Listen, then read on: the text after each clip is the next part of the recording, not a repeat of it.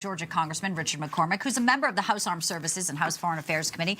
Congressman, a pleasure to have you. Thanks for joining us today.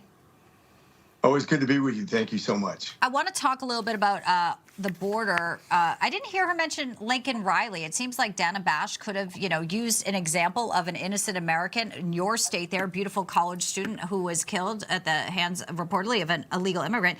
None of this. This was a very much of a softball. We knew that going in, but how much more disappointed are you now seeing it play out? Well, it's amazing to watch her flip-flop on almost every issue. When it comes to the southern border, absolutely atrocious. They keep on blaming it on Congress as if we should have done something. One of the absolute first thing we did is pass something on energy and something on immigration. We did our part. The Senate sat on it. She was part of the deciding vote in the Senate on other bills. She wouldn't have anything to do with this. And then they don't take responsibility for what happened. They say, oh, we got it down to historic lows. Oh, we did something in Central America. But what they don't take credit for is the over 10 million people that came in, which is around 13 congressional districts worth of people that will do nothing but consume, not pay taxes, and are here illegally because they set that up. Yeah, and, she was in Savannah speaking to Georgians, and, they obviously are seeing her. There's a very closed press around her. So this was the first real opportunity. And then you have the press saying what a great job she did. This is MSNBC. I'll play a little bit of this. I thought she was smart to explain her policy positions as not a change in values, not a change in her deep inner mooring in the way that she views things should change, but instead something almost situational in terms of taking in more information.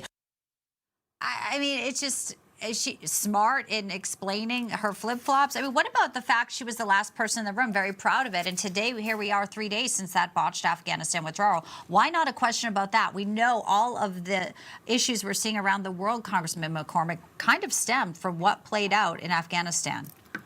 Yeah, as an Afghan veteran myself, it was one of the worst days of my life, quite frankly. Very emotional. I get upset about just thinking about the people we left behind, the patriots who fought for their nations, the people we deserted, in probably the worst possible withdrawal I've ever seen in military history, especially in the United States.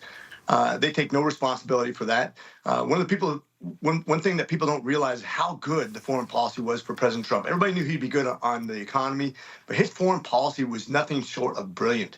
If you look at what he did for the Abraham Accord, man, he should have gotten the Nobel Peace Prize, not Obama.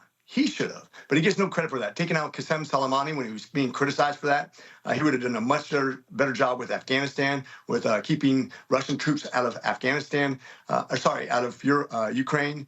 His foreign policy was strength, and people understood that, and it really resulted in great things. Yeah, none of this from Kamala, no strength for Joe Biden at the beach in Rehoboth. Here's a little bit of CNN Scott Jennings with what he felt Kamala did not do last night. I also thought it was interesting that she didn't take any responsibility at the end for telling the American people that Joe Biden was fine and he was strong. I mean, we all know that's not true. That's why he's out of the race, and she's still standing by the idea that he was fine and he's strong and that he's fine today. Nobody believes that, and I just think at some point, then why isn't he running?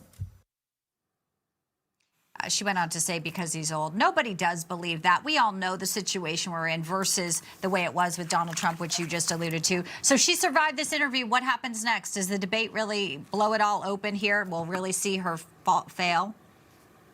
I hope so. I think she hasn't agreed to the rules yet. Yeah. They're always trying to set the table in advantageous ways for them. And I think the media wants to play along with that. But I think whenever you get them on the stage, she has to answer some real questions in direct correlation with Trump. And I think she'd do very poorly, but I'm looking forward to it. Congressman Richard McCormick, a pleasure to have you. Thank you so much, sir. You too. Thanks.